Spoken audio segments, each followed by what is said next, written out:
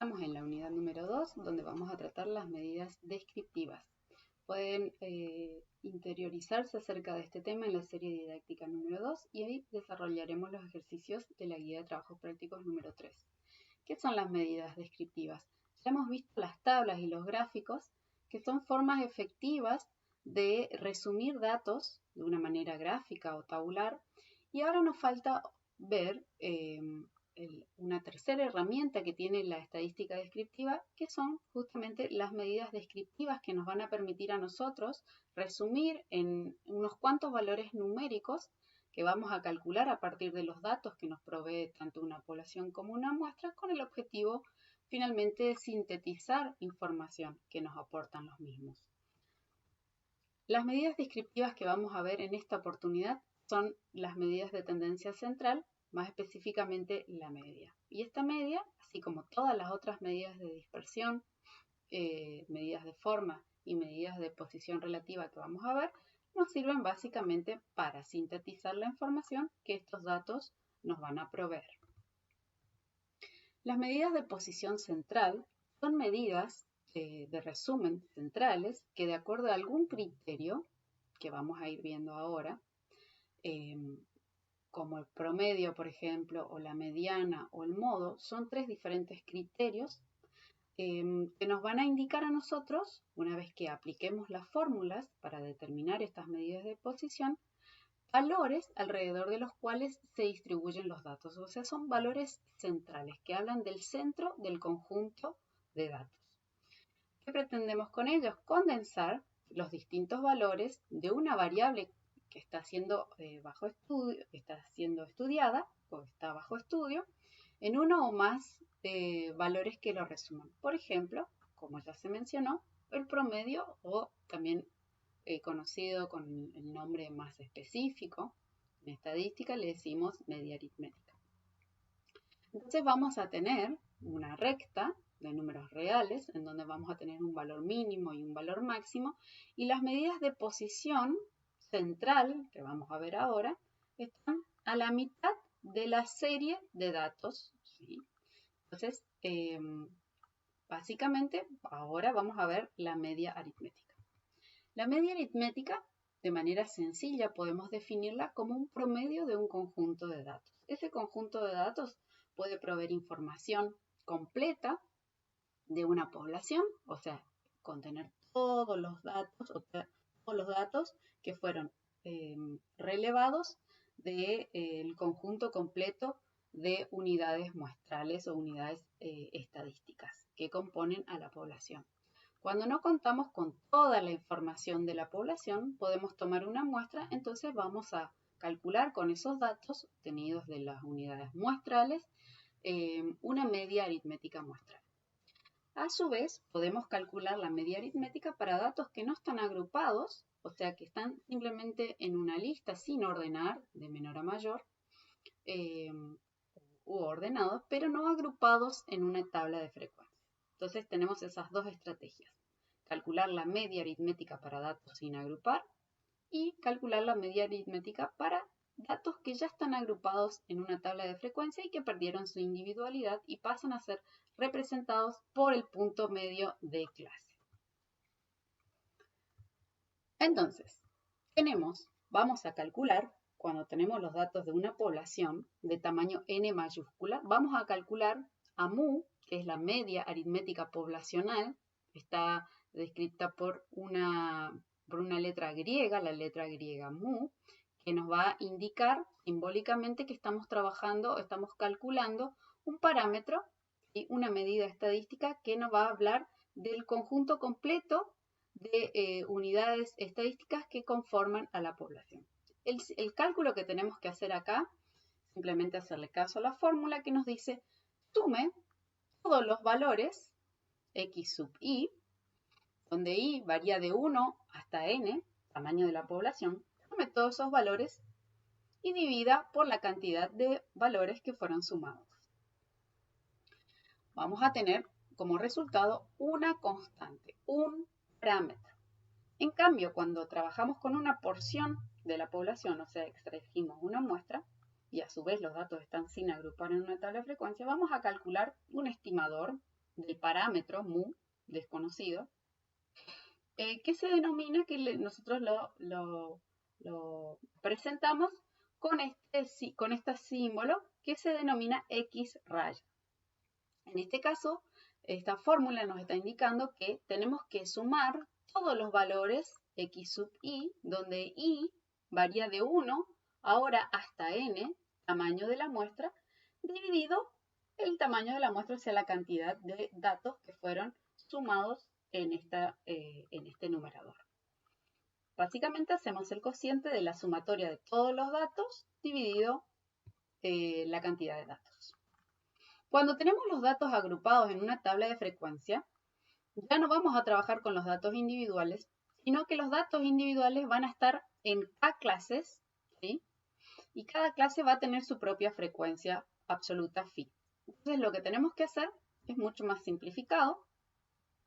Cuando tenemos una tabla de frecuencia de K clases, pueden ser 5, pueden ser 6, pueden ser 7 clases, vamos a calcular la media poblacional, en caso de que tengamos todos los datos de la población distribuidos en una tabla de frecuencia, vamos a calcular una media aritmética aproximada. ¿Por qué aproximado? Porque ya no vamos a poder contar con todos los datos individuales.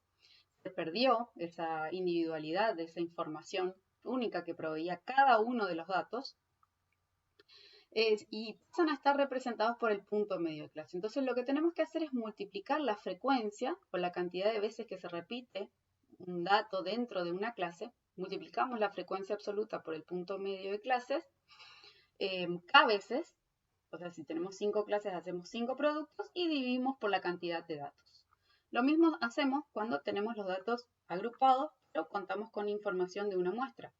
Esta X raya también va a ser aproximada, no es exacta como en este caso, porque los datos ya también perdieron su individualidad y pasan a ser representados ahora X sub i, es el punto medio de clase. Multiplicamos la frecuencia absoluta de la clase K por el punto medio de clases, eso lo hacemos K veces, y dividimos por n.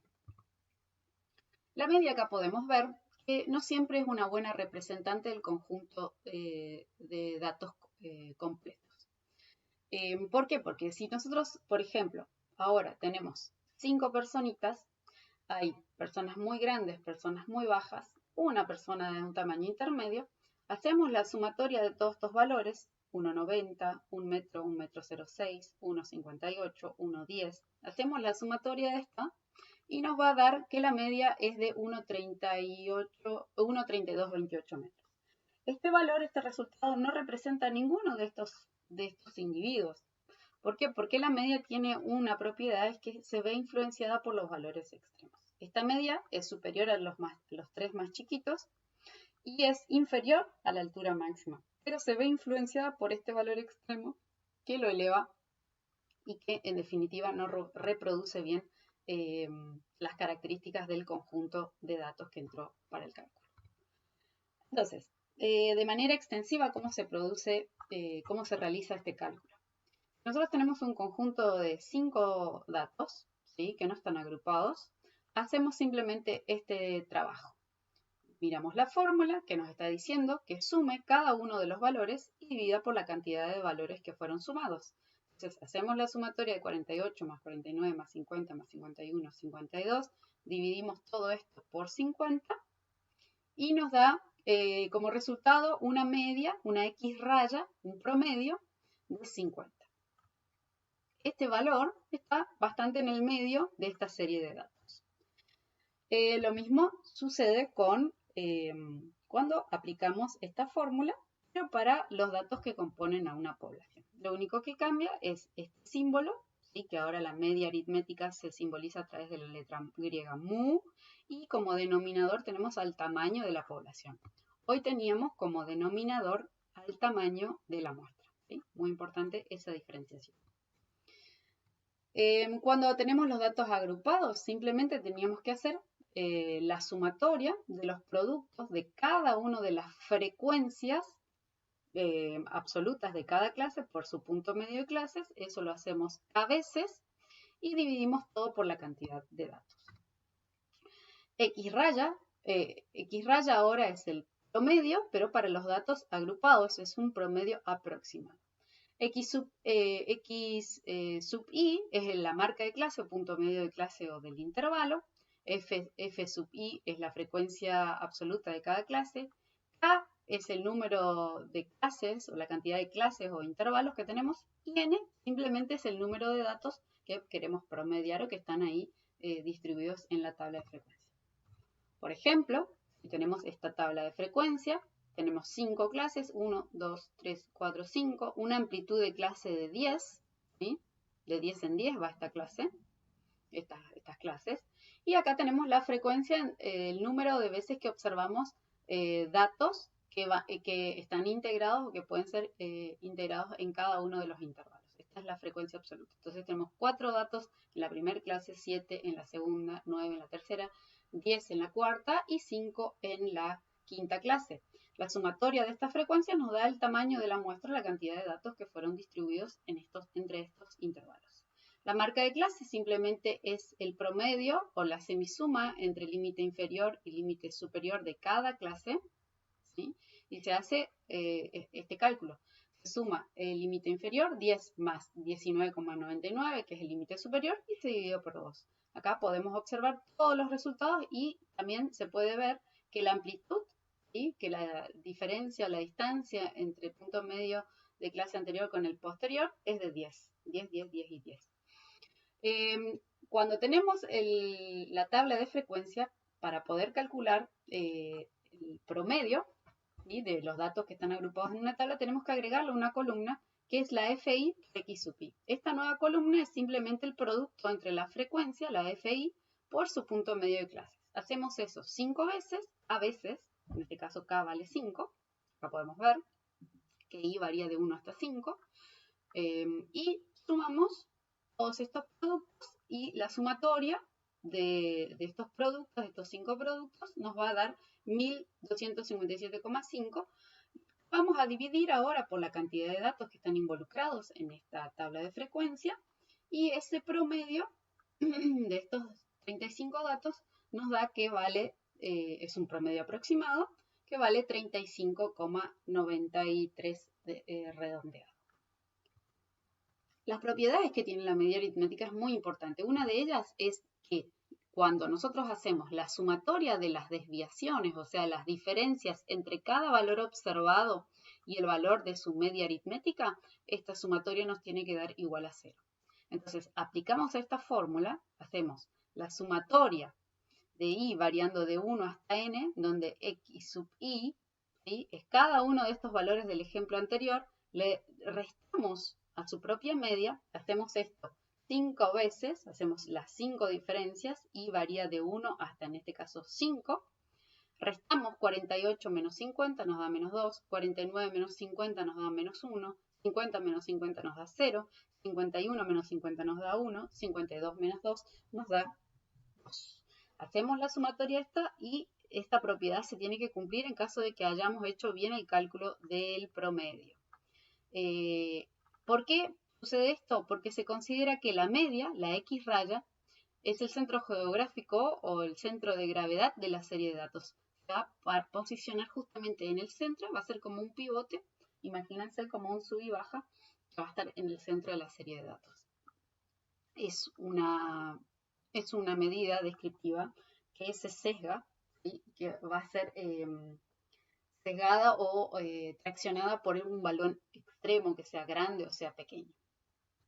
Entonces, a su vez, como recién ya entré en el tema, se puede decir que la media aritmética entonces es sensible a la presencia de valores extremos. Si nosotros de estos 5 datos cambiamos el 50 por lo duplicamos y lo llevamos a 100, hacemos la sumatoria de todo esto y dividimos por 5, vamos a ver que este valor extremo grande va a traccionar, ¿sí? Toda la medida descriptiva, en este caso la media, la va a traccionar y la va a hacer más grande. En definitiva, este 60 no describe ninguno de estos valores porque se vio afectado por este valor extremo. Entonces, es una segunda propiedad, la sensibilidad a la presencia de valores extremos. No es indistinto cuando hay un valor grande o un valor muy chico que no representa bien al conjunto de datos completos. Bien.